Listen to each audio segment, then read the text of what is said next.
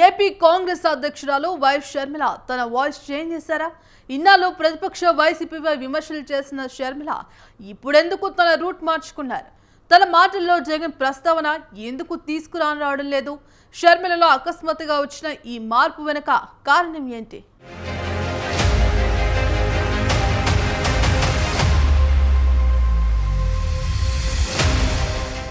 YS Sharmila రాజకీయ ప్రస్థానమంతా ఒడిదుడుకులతోనే నడిచింది.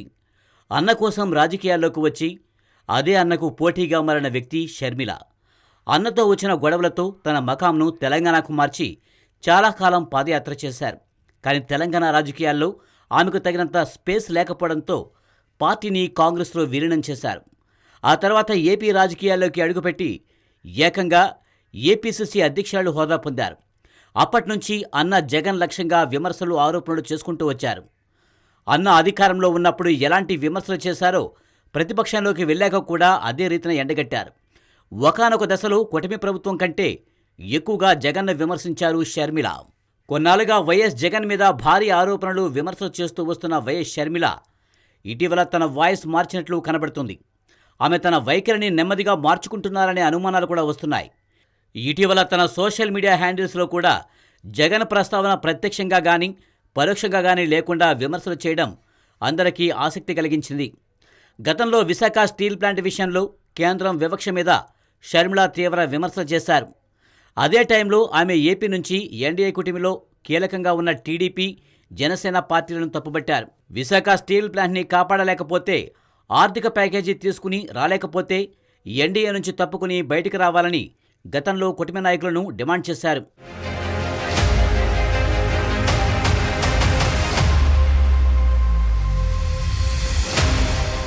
Karnataka steel ప్లాంట్కి కేంద్రం ఆర్థిక ప్యాకేజీ ప్రకటించి విశాఖ స్టీల్ ప్లాంట్ను దశల వారీగా ప్రైవేటు వారిని నియమించుకుంటూ పోవడంపై కూటమిలోని టీడీపీ, జనసేనల వైఫల్యం కిందకే లెక్కన్నారు.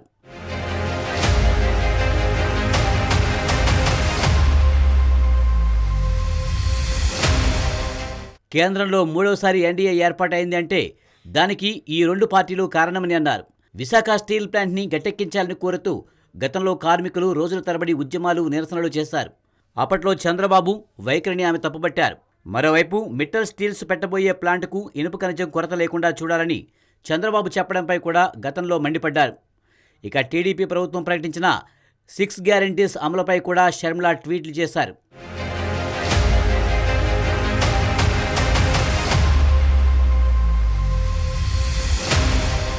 గతంలో ప్రతి విషయంలో జగన్ను కూడా ప్రస్తావించి విమర్శలు గుప్పించేవారు. కానీ ఇప్పుడు మాత్రం కేవలం కూటమి ప్రభుత్వాన్ని మాత్రమే విమర్శిస్తున్నారు. భవిష్యత్తులో దేశ రాజకీయాలు ఎలా మారతాయో ఊహించడం కష్టం. ప్రస్తుతం ఎన్డీఏకు వైఎస్ జగన్ మద్దతుగా ఉన్నారు. ఉపరాష్ట్రపతి ఎన్నికల్లో కూడా కేంద్ర మంత్రి రాజ్నాథ్ సింగ్ కోరిక మేరకు ఎన్డీఏ అభ్యర్థి సిపి రాధాకృష్ణన్కు మద్దతు ఇవ్వాలని జగన్ నిర్ణయించారు. అయితే రాబోయే రోజుల్లో జగన్ మద్దతు ఇండియా కూటమికి కూడా అవసరం రావచ్చు.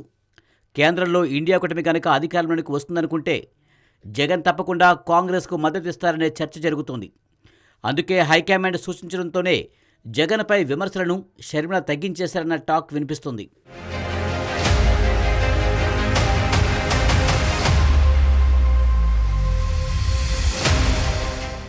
ఇప్పటికే ఏపీ కాంగ్రెస్ నేతలు కూడా జగన్పై విమర్శలు చేయడం లేదు.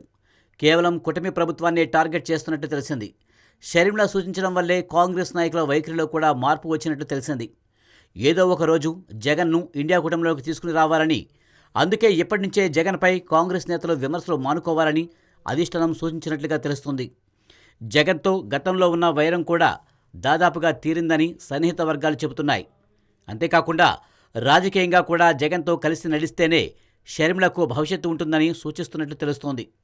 అందుకే ఇటీవల తన వాయిస్ మార్చిందని, ఇందుకు కాంగ్రెస్ అధిష్టానం సూచనలు కూడా కారణమనే చర్చ జరుగుతుంది.